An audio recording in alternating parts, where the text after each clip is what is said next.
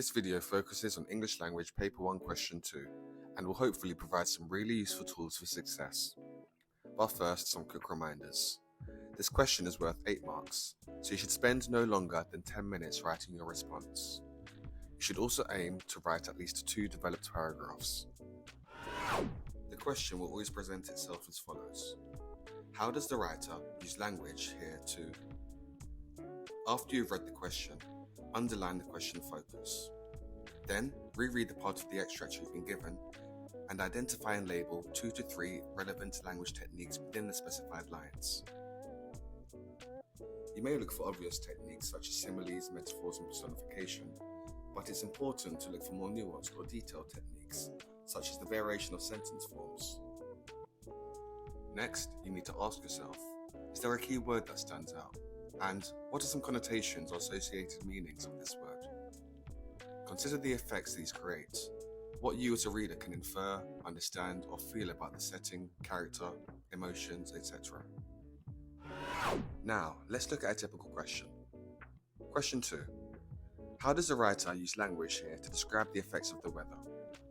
Pause the video to read the relevant part of the extract, but here are 4 techniques in particular that I've picked out.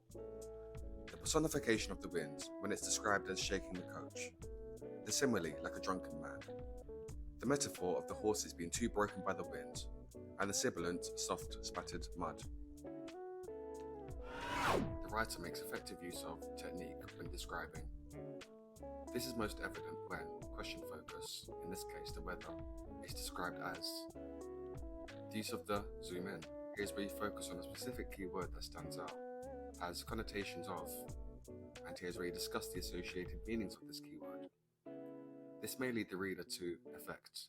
This is where you're encouraged to explore what the reader should infer, feel, or understand.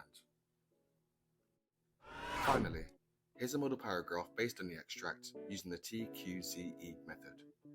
The writer makes effective use of personification when describing the intensity of the weather. This is clearly evident when the wind is described as shaking the coach as it travelled. The use of the violent verb shaking has connotations of aggression and force, allowing the reader to infer that the weather may be dangerous for the passengers and predict that this could have fatal consequences.